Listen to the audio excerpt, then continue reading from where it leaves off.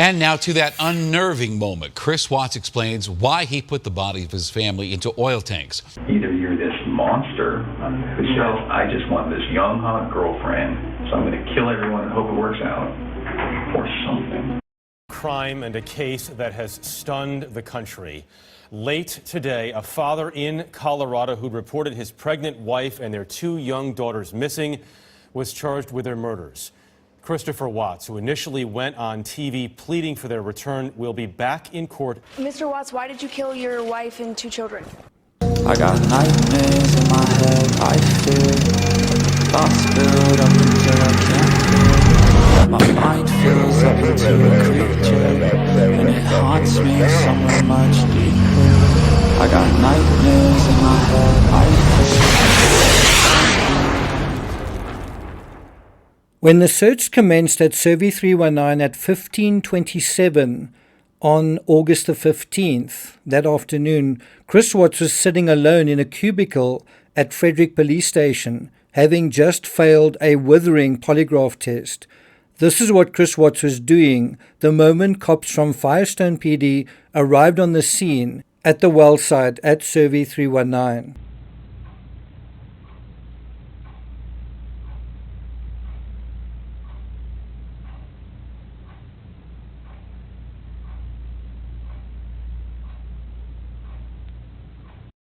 It's important to remember that the search of Cervi 319 started more than an hour before Watts actually confessed to killing Shanann. Also, the cops and agents present were there at Cervi 319 at this well site searching for bodies. They were treating this as a multiple homicide. This shows just how quickly the cops figured out what was going on, reading between the lines, reading between the lies, thinking critically. And so you can see how effectively the investigators were thinking. And this is in sharp contrast to how wishy-washy Chris Watts' thinking was. Now, according to the affidavit, at approximately 4:15 p.m., investigators spotted a bedsheet in the field near the tank battery. The sheet matched the pattern of several pillowcases and a top sheet recovered from the kitchen trash can from the Watts residence earlier that day. So this evidence was only recovered on the Wednesday. That search was conducted with prior consent provided by Chris. The drone search also revealed fresh movement of dirt consistent with a clandestine grave near the oil tanks. And this was Watts at 4:15 when they spotted the bedsheet in the field near the tank battery.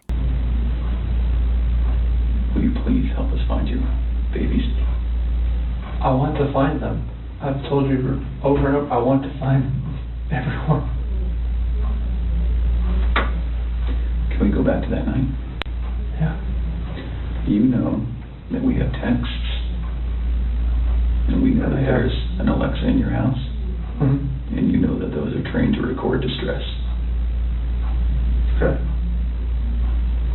You know that we know the content of Nikki's text messages and your text messages and Shanann's text messages.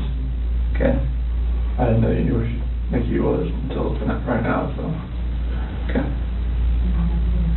Tell us about that night again, and please tell the truth this time. I told you the truth. I promise I've told you the truth. Like, I woke up at 4 o'clock. I woke up at 4 o'clock. Got dressed, got ready. 4:15, me and Shanann talked. About the house, about separation. Did you guys talk about Nikki? She accused me of like, all right, well, you know, is there somebody else? Sure. I didn't say it. You denied it? Yeah. Okay. Because she brought up like, you know, like, well, was there a $68 charge on dinner the other night? Okay. Was there 2 of you? And that was with 2 of you, wasn't it? Yes. Okay. That's Nikki. Now, before we deal with Watts confessing to the location of the bodies, which would happen around 2 hours after the cops arrived at the well site, let's review what the discovery says about that fraught, fateful afternoon and the hours that followed. Beware, we are now dealing with events and discoveries that would have far-reaching consequences well beyond August 15th. It would eventually ruin several lives, not just Watts's, including even that of the lead detective. But before we get to that, if you haven't subscribed to the channel, please do. By the way, if you're interested in a lot of other content that's online, there are hundreds of videos on the Chris Watts playlist. I'll put a link to that in the description. If you found this series meaningful, professionally done, interesting, and important, and you still haven't hit the thanks button, this is your chance. Even a 1-minute donation means a lot. So please don't hesitate. And let's continue. It would take detectives more than 6 hours to get Chris to finally tell them where he put the bodies of his pregnant wife and 2 little girls. Okay, can you mark it for me? The edge portion in. Okay, and where are the girls at? This is drone video of the oil field where the bodies were found. His wife wrapped in sheets from their bed. But no one was buying Chris's story. Upon arrival at the well site, Commander Borders and Detective DeWitt deployed an unmanned aerial drone to survey the well site. They were from the Firestone Police Department. This was at approximately 15:27 hours. The drone was equipped with a camera that provided a real-time feed, as well as the capability of taking digital photos and obviously digital video. In the brush to the south of the pad, Detective DeWitt and Commander Borders located what appeared to be a sheet lying on the ground. They took a still photograph of the sheet, and upon inspection it appeared that it was possible that there were unknown objects under the sheet. Detective DeWitt and I approached the sheet from the north, and just inside of the brush, just south of the edge of the gravel pad, we encountered an edge of bare dirt that appeared to have been recently disturbed. Detective DeWitt and I then backed out of the brush and returned back to the pad. So within a few minutes of launching the drone, the fitted sheet was discovered. Any idea how long it took from that moment to find Shanann? Any idea how long it took from that moment to retrieve the bodies from the wells? Meanwhile, back at Frederick PD, Coda and Lee were making progress in their theory in what had actually happened. Don't get mad, but what it looks like is that you found a new life, and the only way to get that new life was to get rid of the old life. And I think that you killed these girls before their mom came home, and then killed Shanann.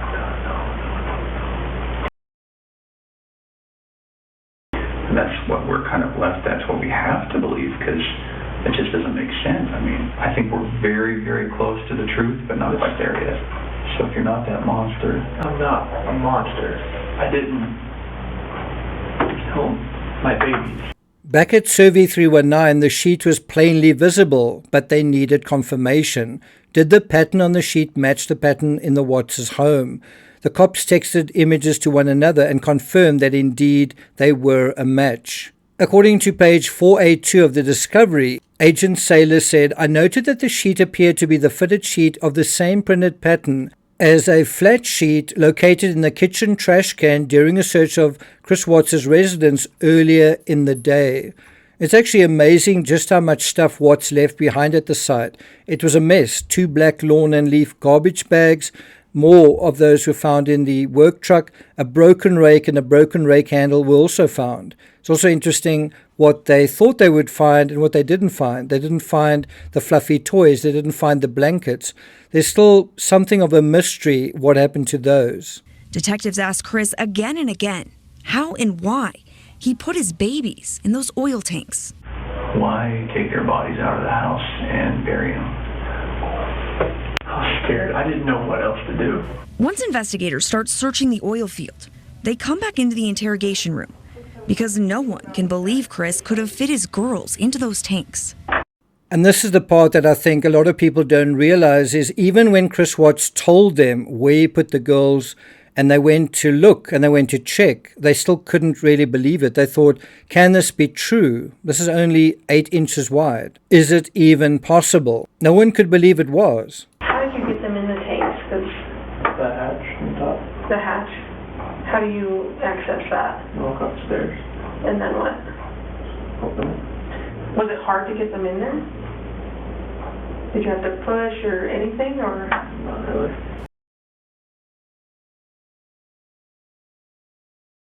Chris then admits why he buried Shanann in a shallow grave not in the oil tanks. Is Shanann here because she couldn't, could you not lift her all the way up there, or?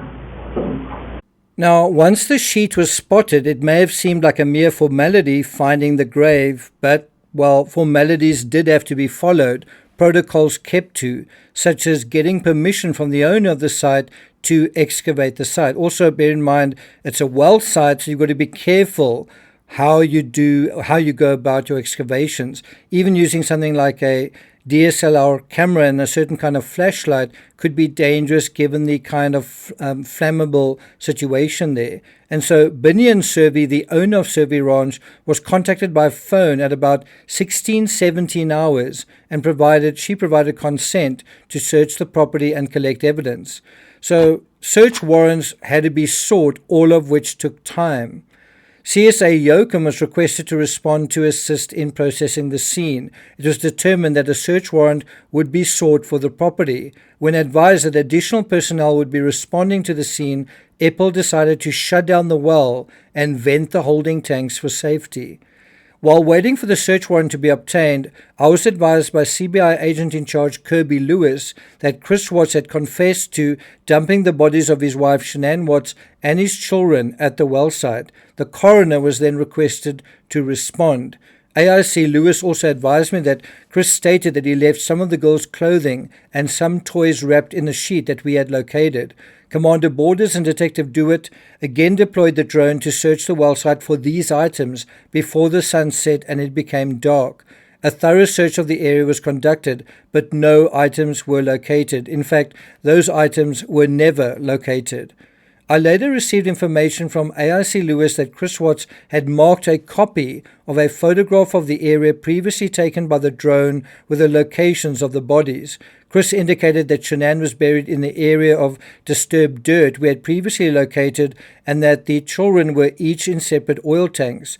I was provided with a copy of the photograph marked by Chris and observed an S indicating Shanann on the area of disturbed dirt and a B on the west holding tank and a C on the east oil holding tank. After the search warrant was secured, CSA Locum and CSA Schroeder documented the scene with digital photographs and measurements. They collected the sheet, black trash bags, a rake head that was found stuck in the ground on the north edge of the disturbed dirt, and a wooden handle apparently belonging to the rake head that was found in the brush to the east of the area of disturbed dirt. The oil tanks proved to be a lot more tricky. According to Agent Matthew Saylor, Epple, CSA Yoakum, and Saylor climbed the stairs to the top of the oil holding tanks. Due to the dangerous conditions associated with opening the tanks, Epple was required to complete additional paperwork and accompany us with a gas monitoring device. I was only allowed to use an intrinsically safe flashlight to peer into the oil holding tanks to attempt to observe anything inside of them. I was unable to observe any objects in the tanks and noted that my vision inside the tanks was obstructed by visible gas fumes. So even when they opened the hatch, they couldn't see anything inside.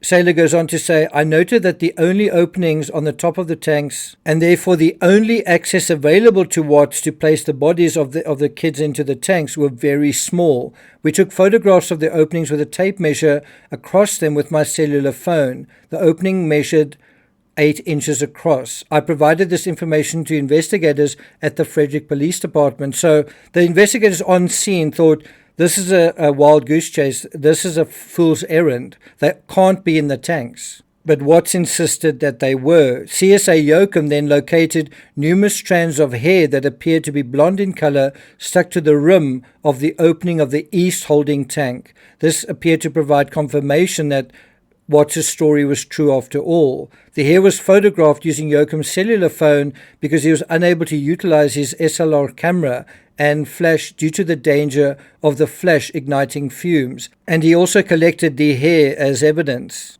Down at ground level, the portion of Shanann's body closest to the surface was located about 3 feet below the surface. Her body was lying face down in a kneeling type position with her head facing in a westerly direction and in a declining position deep into the ground from her lower torso. Shanann's arms were outstretched in front of her and her feet were pulled up underneath and behind her. Shanann was exhumed from the ground and placed in a body bag. Investigator Wiener took possession of Shanann's body. Chris estimated that it took him 20 to 30 minutes to dig Shanann's grave. What's also somewhat mysterious about this is the fact that Shanann, the shirt that Shanann was seen wearing when she arrived home in the doorbell camera is not the same shirt that she was buried in. You may think if Chris Watts showed where the bodies were quite early in that day, while it actually took them until 5 minutes past midnight going into August 16th to actually retrieve Shanann, and she was then pronounced dead, as I said, 5 minutes past midnight on August 16. So what seemed like a mere formality actually wasn't. Shanann's cause of death would later be determined to be manual strangulation. Anyone know how they could be so certain of that? Well, the hyoid bone. The hyoid bone was found intact with no other forms of obvious injury, and what this suggested was manual strangulation. If it had been ligature strangulation, the hyoid bone would likely have been damaged. Did anyone know about that? They did also find bruising of the anterior strap muscles of the neck. Remember, Chris Watts also had a slight lesion, a slight red mark to his neck, which was brought up during the sermon on the porch, in which he said was a mosquito bite. But could that have been where Shanann actually nicked him with one of her nails during this scuffle, this life and death scuffle? The Weld County coroner took possession of the victim at 00:20 hours, so 20 minutes past midnight on Thursday, August 16th. So you can imagine it was a very long day for people on the scene there. They were working in the dark in pretty treacherous conditions. All items at the Anadarko site on Wednesday, August 15th, were transferred to Detective Baumhover at 39 minutes past midnight on Thursday, August 16th, 2018. From midnight on the 15th, it would take more than 36 hours to retrieve the bodies from the tanks, a process that would lead to lasting trauma for those tasked with their recovery. Well, I'm not going to take it further than that. Thank you for listening, and I'll see you guys next time. Chris, go and stand up for me. I'm going to have you face that wall over there. Yep, just face it. Lift up your hands.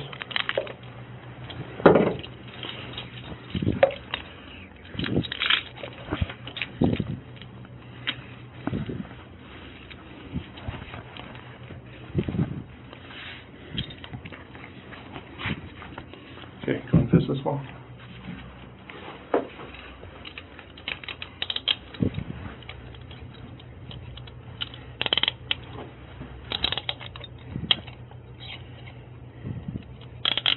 Okay, go and face me.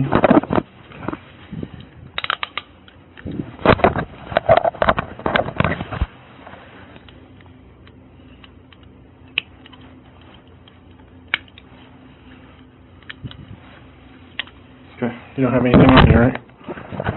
Okay, nothing in your pockets? Okay, go and face that other wall behind you. I'm just going to search you real quick. Spread your legs. Further.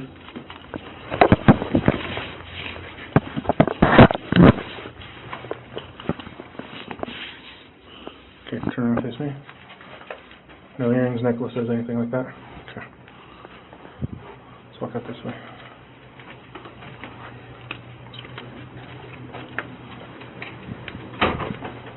Go straight.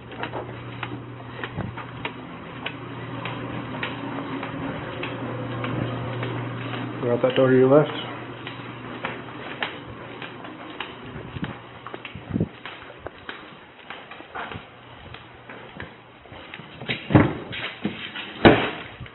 Seat.